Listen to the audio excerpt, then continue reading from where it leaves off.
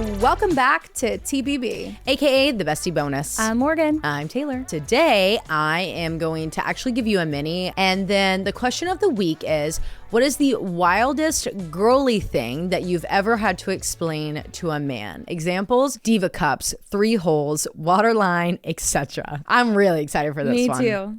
This is what we got.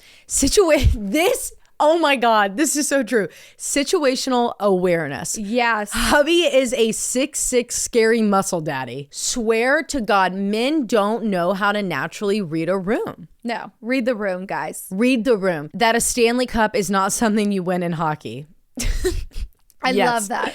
The fart rolls up into your coochies. It does be doing that. Swear to God. This is crazy, but a period blood clot. No, literally. They're like, what do you mean? Empathy. Compassion. Love. That my big toe grows hair and then I shave them? No, swear to God. I had this conversation last week. No. Aaron's like, your toes are so hairy. Do you not think that they have hair? I was like, I know, I don't shave them in the winter. Sometimes I do, but I really try not to because I always fucking cut myself. Yeah. Right in the little fat crevice of my big toe specifically. And he was like, but they're so long.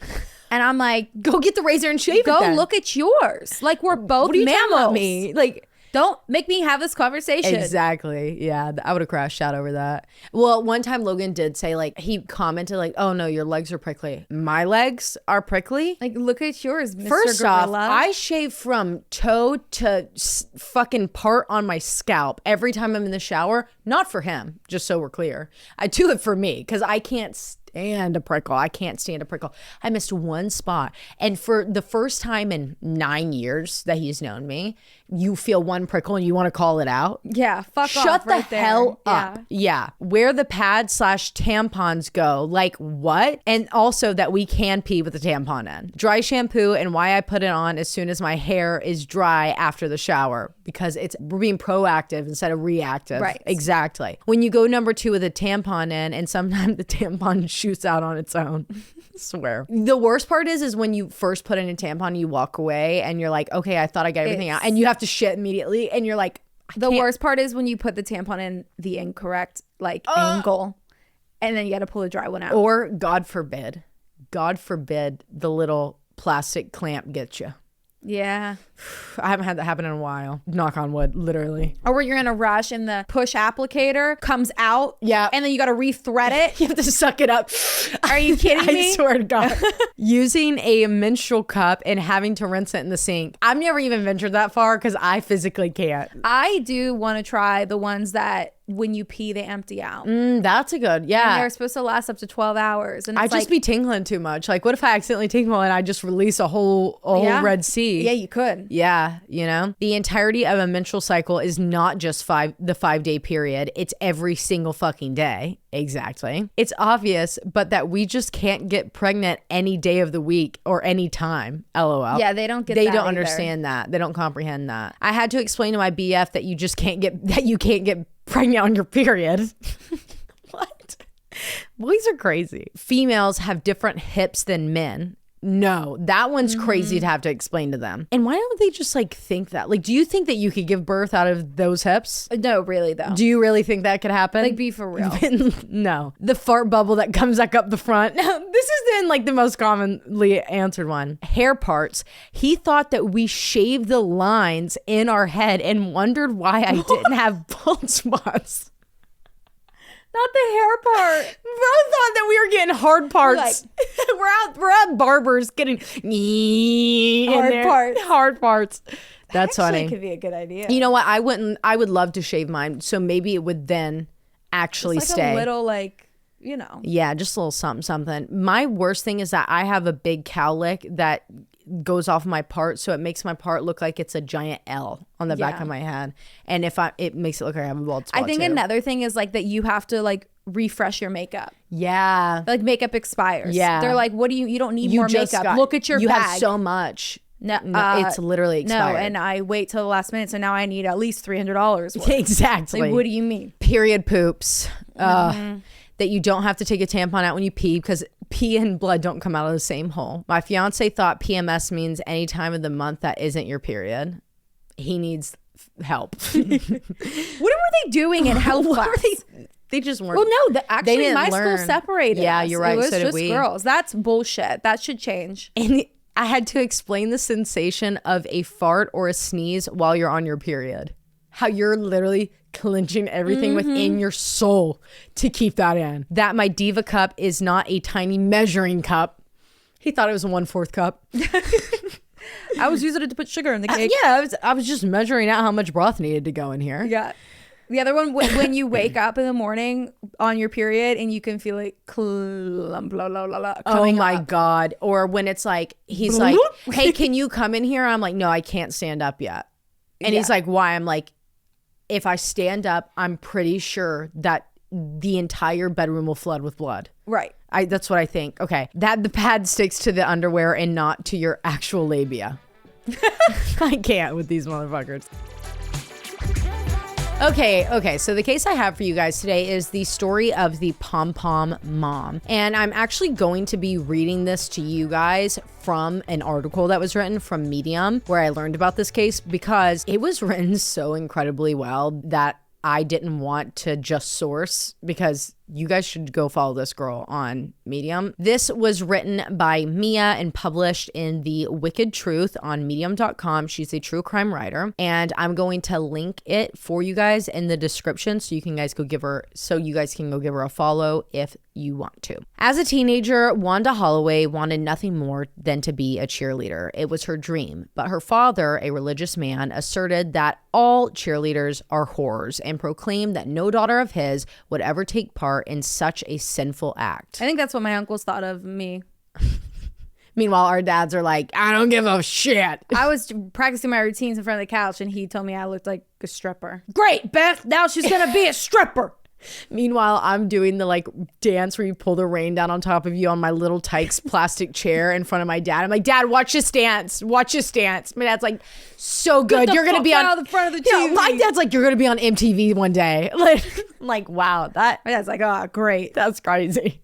That's crazy to say. Okay, here we go. Crushed, Wanda decided that if she ever had a daughter of her own, things would be different. Things would be her way. Wanda married at 18, but by the time she was 28, she was a divorced single mother of 2. But the breakdown of her marriage didn't faze Wanda. She had her eye on the prize, and her golden ticket was her daughter, Shanna.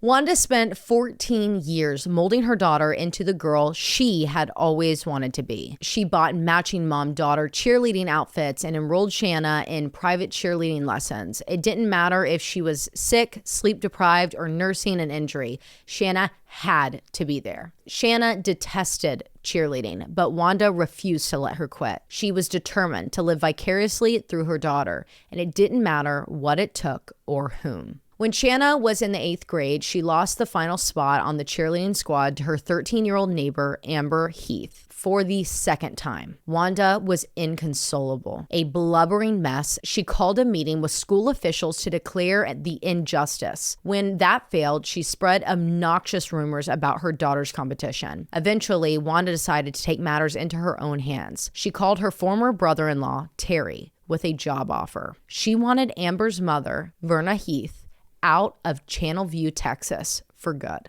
She hoped Verna's distraught daughter would quit the squad and Shanna would take her place. This is crazy. Maybe it was wishful thinking, or perhaps it was Terry's criminal record that led Wanda to believe that murder wasn't beneath him. Whatever it was, things didn't work out the way that she had hoped. Terry called the police and turned her in. Oh, crap. Armed with a concealed tape recorder, Terry met with the plotting mom later that night at a motel. Quote, I couldn't pull the trigger myself, but I can sure do it this way, she says, as she handed Terry a pair of diamond earrings worth $2,000 as a down payment to kill the mother of her daughter's cheerleading rival. On January 30th, 1991, 2 officers knocked on Wanda's door and informed the 37-year-old that she was being arrested for solicitation of capital murder. Shanna was in the garage practicing gymnastics when her mother walked up to her and said, Grandma is coming over. I'll be back. The next day, photos of Wanda, dubbed the Pom Pom Mom, were all over the news, in the papers, and on the covers of magazines. Shanna was humiliated. She quit gymnastics, became anxious and depressed, and was isolated by her peers. She referred to high school as a, quote, living hell. Several years later, at 34, Shanna broke her silence. She claimed that she was never the same, and neither was her relationship with her mother. Quote, "It was horrible. I was hurt, angry, and confused. It ruined my world. I felt like I had a flashing neon sign on my forehead that said Pom Pom Mom's daughter. I'm tired of it being this thing that consumes me. We do not have a mother-daughter relationship." Wanda insisted Terry had concocted the fake plot to ensure his brother, her ex-husband Tony, gained full custody of their children, Shane and Shanna. But Wanda was left speechless when a friend of her own son testified that she once had asked him to kill Verna too. The tape recording was played in front of the jury. Wanda's own words were the final nail in her coffin. Quote, so this is a transcript. Terry says, "You want her dead?" Wanda says, "I don't care what you do with her. You can keep her in Cuba for 15 years. I just want her gone." Oh my God. Wanda was convicted and sentenced to 15 years in prison. The conviction was later overturned and Wanda pleaded no contest before the second trial could begin. This time she was sentenced to 10 years and fined $10,000. Wanda was released on probation 6 months later for good behavior. In 1996, she was sued by the Heath family in civil court and settled for $150,000. Wanda would have killed to fulfill her childhood dream through her daughter. Instead, she destroyed Shanna's reputation, her innocence, and her chance at a normal childhood, forcing her to live the rest of her days as the daughter of the Pom Pom Mom. Holy shit. That shit's crazy, and you can't tell me that I could have written that any better than Mia did. She's so good. So fucking good. That was awesome. So good. That is crazy. I actually know a few cheer moms that probably would have thought about it. Let me tell you something, and this is all that I'm going to say, but at my hometown, in my high school, you know, my coach literally almost lost her job because obviously, to be like a lot of people in this little small town, okay, there's only 3 fucking high schools, a lot of people want their baby girls to be on the high school football cheerleading, because we had basketball cheerleading and then football and wrestling cheerleading. There were 2 separate teams that you were on because it's too much. Not everyone could do all that shit, right? Right. And there's enough girls that you can fill out 2 different teams. I did all of that. And we only had one team because my school had 100 kids. Right. And then we had a junior varsity team as well. And there's just so many people. It's 3 high schools, a bunch of people, and they want their kids to be on the cheerleading team. Okay, whatever. But one of the requirements to help sift through was that you had to have a standing back handspring, at the very least, standing. Me? I was only throwing that during tryouts and never again. I sucked at throwing standing back handsprings. It was not my thing. Going upside down, not for me. Anyways, so this rule got implemented because there was specifically this class was so big that we had to like make it a lot more competitive to join. Well, the senior girls with the most money didn't make it because they didn't even have a fucking toe touch, much less a standing back handspring. And they dead ass tried to take her to court.